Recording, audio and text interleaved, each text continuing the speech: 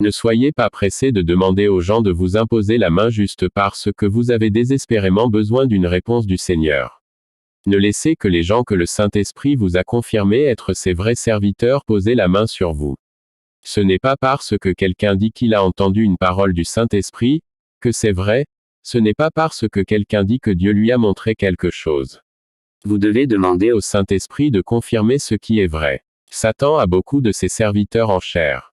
Ils se font passer pour des serviteurs de Dieu mais sont envoyés par Satan pour faire son travail dans l'Église.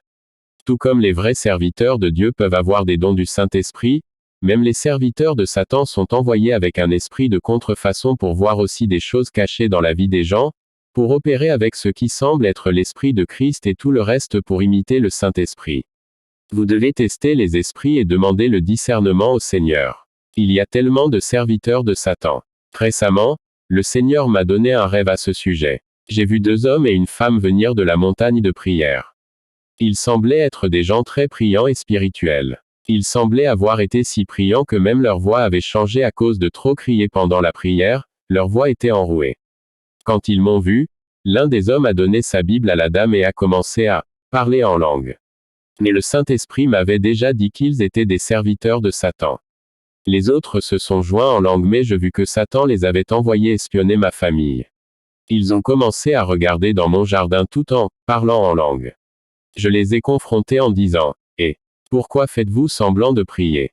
Pourquoi faites-vous semblant de prier ?» Ils étaient tellement gênés qu'ils ont été découverts. J'ai croisé tellement de gens qui après qu'un certain pasteur les ait touchés, ils luttent soudainement contre l'immoralité, un esprit qu'ils n'avaient pas auparavant. Et découvraient plus tard que le pasteur est lui-même très immoral. Dieu m'avait même montré un pasteur, qui a mis un esprit de suicide sur un jeune homme en posant les mains sur lui en faisant semblant de prier pour lui pour quelque chose. Tout le monde ne devrait pas poser la main sur vous, seulement lorsque vous êtes sûr de la position spirituelle de la personne.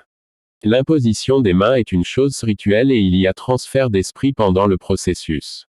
Si la personne qui pose la main sur vous a l'esprit de Dieu, c'est une bonne chose. Cependant, s'ils sont immoraux ou en fait satanistes déguisés en pasteurs, ils mettent ces esprits sur les gens qu'ils posent la main. Si vous n'êtes pas sûr, il vaut mieux que quelqu'un prie pour vous sans poser ses mains sur vous. Ne soyez pas trop désespérés et ne soyez pas la proie de Satan. Lorsque vous vous agenouillez pour prier, Dieu entend et répond toujours. Ne laissez que les gens en qui vous avez confiance poser la main sur vous.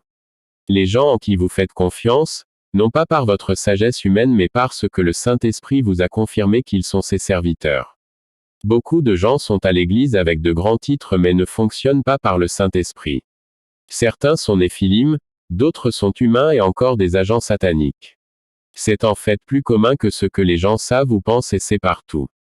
Dieu m'en a montré quelques-uns ici dans mon pays mais il m'en a aussi montré certains que je viens de voir à la télé et ils vivent dans différents pays.